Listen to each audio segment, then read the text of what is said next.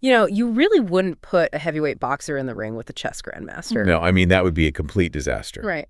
But what if you did? What if you threw a 1970s rock god, a modern pop star, a jazz legend, and like an 80s synth popper into a musical cage match? Oh, wow. Yeah, just lock the doors and basically force them to fight for survival. Today, for our deep dive, we are unpacking a profoundly chaotic musical experiment. It really is chaotic. It is. We are going on an album quest today to discover what actually makes a record fundamentally great. And I mean, regardless of when it was made or, who it was made for. Yeah, and our source material for this bizarrely revealing tournament is this blog series by an author named Greensterox. Right. It's titled Album Quest, The Search for the Best Album of All Time. And the premise is just completely wild. It's out there. It really is. The blogger takes his entire music collection, completely ignores genres, ignores historical context, target audiences, all of it, and he just randomly groups 4 albums into a pod. Just totally random. Exactly. He listens to them back to back, ranks them 1 through 4, advances the top 2 to the next round, and then just mercilessly eliminates the bottom 2. I mean, it's the ultimate subjective stress test for music, really. And the matchup we are looking at today, this is round 1, group 241, is just a brilliantly unhinged mix of contenders. Oh, absolutely. First, we have the 1970s classic rock staple, The Doors with their album L.A. Woman. Then we have ultra-modern dance pop with Mabel's debut album, High Expectations. Such a contrast already. Right. And it gets weirder.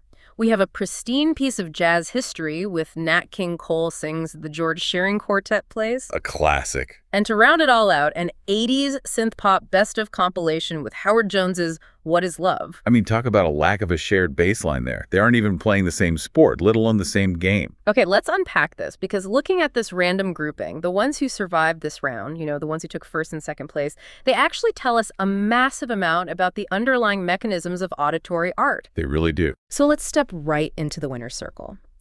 We need to compare the classic rock sound versus modern dance pop. Taking first place overall was The Doors with L.A. Woman. And securing that second advancement spot was Mabel with High Expectations. Yeah, 2 albums that just operate on entirely different sonic philosophies. Totally. Let's look at the champion first, right? L.A. Woman was released in 1971. Interestingly, the blogger actually notes he had never heard this full album before this experiment. Wait, really? Never heard it? Yeah, never. Yeah. Yet it completely won him over.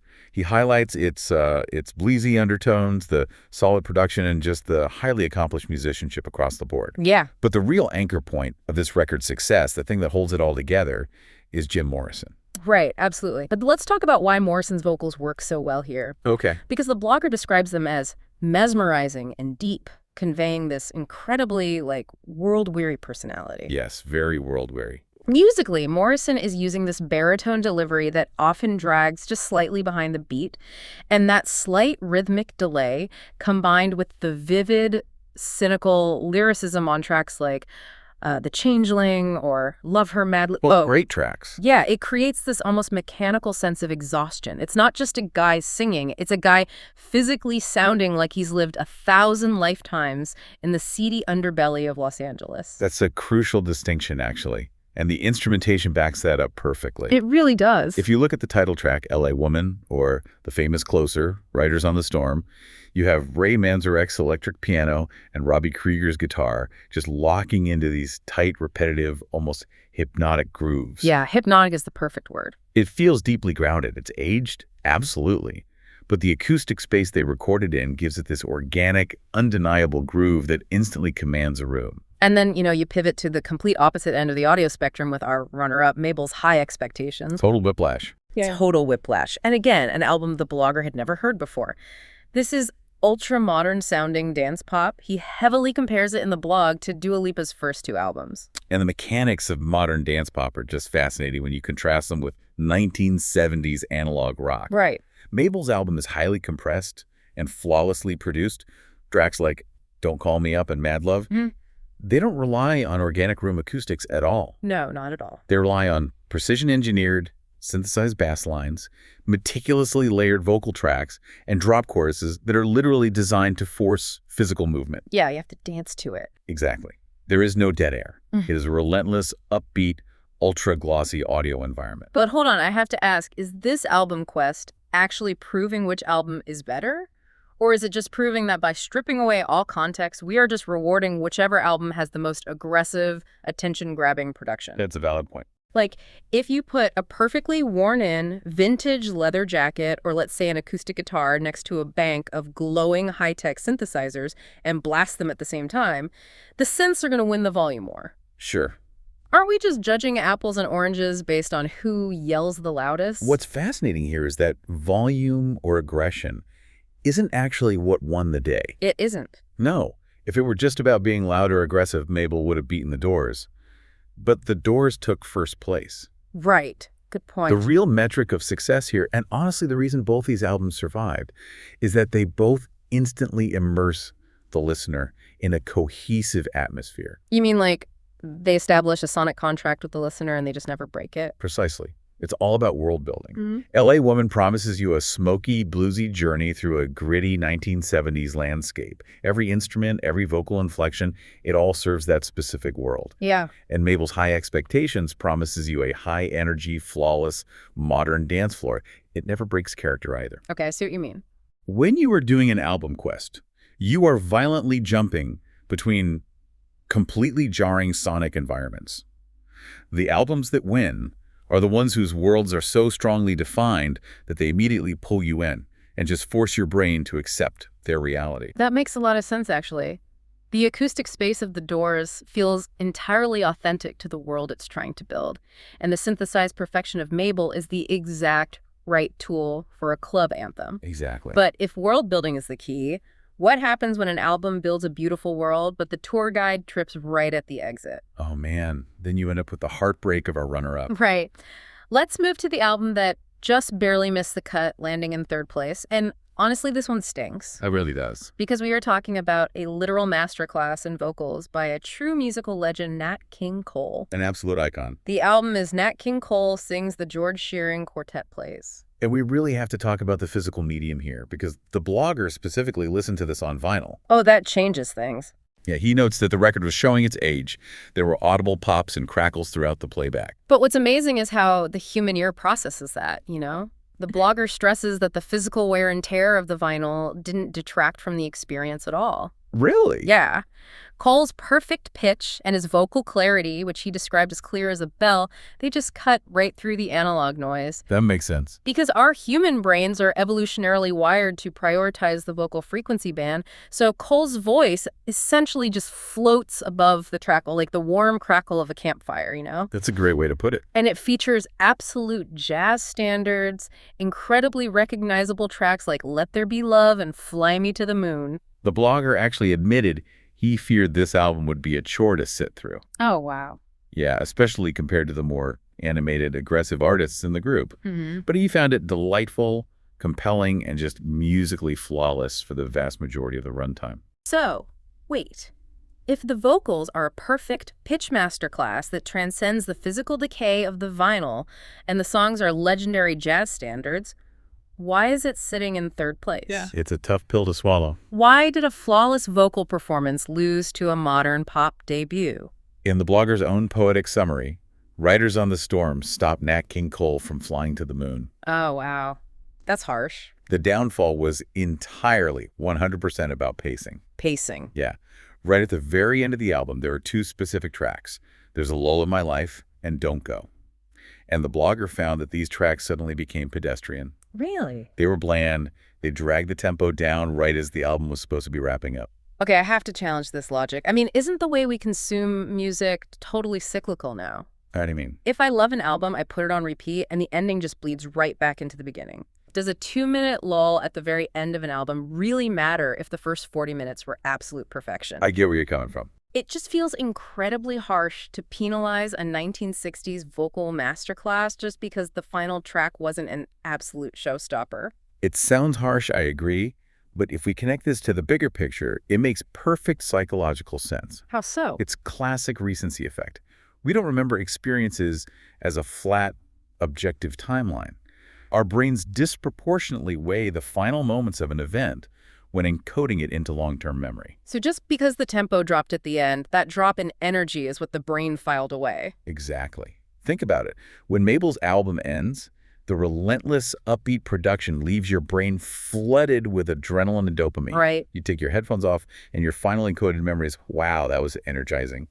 But with Nat King Cole, despite the brilliance of Fly Me to the Moon earlier on, the album finishes with a slow, bland crawl. Yeah, okay. Your dopamine levels drop. You take your headphones off, and your brain encodes the experience as, well, that fizzled out. That is so brutally unfair. It is. But in a head-to-head album quest, that fizzle is fatal.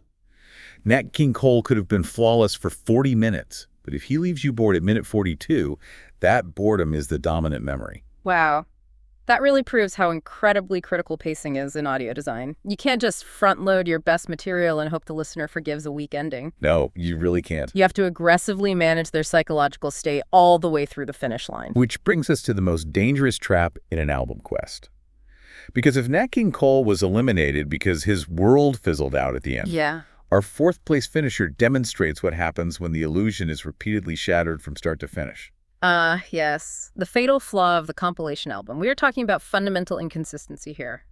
Coming in dead last in Group 241 is Howard Jones with his 80s synth-pop best-of collection, What Is Love? And this brings a really fun bit of trivia, because this is actually the only album in the pod that the blogger was previously familiar with. Yeah, he shares a really humorous personal anecdote about it. He's actually a fan, and he went to see Howard Jones perform live in the year 2000. Oh, that's right. But the venue was like a converted barn. There were only about 500 people there. And the blogger notes that Howard walked out sporting a distinct just-got-out-of-bed look. That paints quite a vivid picture of the fading 80s synth-pop star era, doesn't it? It really does. But this album was actually getting a second chance in this specific album quest, having been rated differently in a previous blog post. Right. Yet, it still crashed into last place. And the mechanics of why it failed are fascinating. The blogger compares this Howard Jones collection to a Peter Gabriel compilation called Shaking the Tree. That is a very sharp, revealing comparison, actually. Yeah. Because with Peter Gabriel's Shaking the Tree, the blogger points out that Gabriel's iconic 1986 studio album, so essentially did all the heavy lifting for that compilation. It totally did. The compilation was carried by the sheer weight of one incredibly cohesive era of Gabriel's career. Exactly. And for Howard Jones, his debut album, Humans Lid, is the one doing all the heavy lifting here. Right. The compilation features these incredibly strong, defining synth-pop tracks from that era.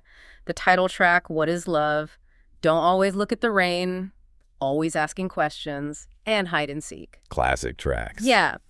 It also showcases his actual musicality with a beautiful piano instrumental called Out of Thin Air, alongside some decent pop efforts like The Prisoner and Everlasting Love. Yeah, but then the compilation falls victim to the filler trap. Right. The album is completely dragged down by what the blogger identifies as average, forgettable tracks. Yeah. Songs like Give Me Strength, Step Into These Shoes, and Dream Into Action. Such a shame. And to add insult to injury, the blogger is totally puzzled by the fact that they omitted the track New Song, which is arguably one of Jones's most defining hits. Leaving a cornerstone track off a best of album while purposely including average filler is certainly a baffling curatorial choice. Right. Here's where it gets really interesting for me, because we need to talk about how inconsistency actually functions in the brain. Okay. A greatest hits album that includes filler tracks. It's like ordering a MasterChef's greatest hits tasting menu and getting 3 courses of instant ramen right in the middle. That is a brilliant way to put it. It's like watching a highly immersive, beautifully shot sci-fi movie, but every 20 minutes, a literal boom mic drops into the frame. Yes. It's not just that seeing the boom mic is slightly annoying. It's that it completely shatters your suspension of disbelief. It violently yanks you out of the world and reminds you that you're just sitting on a couch watching actors on a soundstage.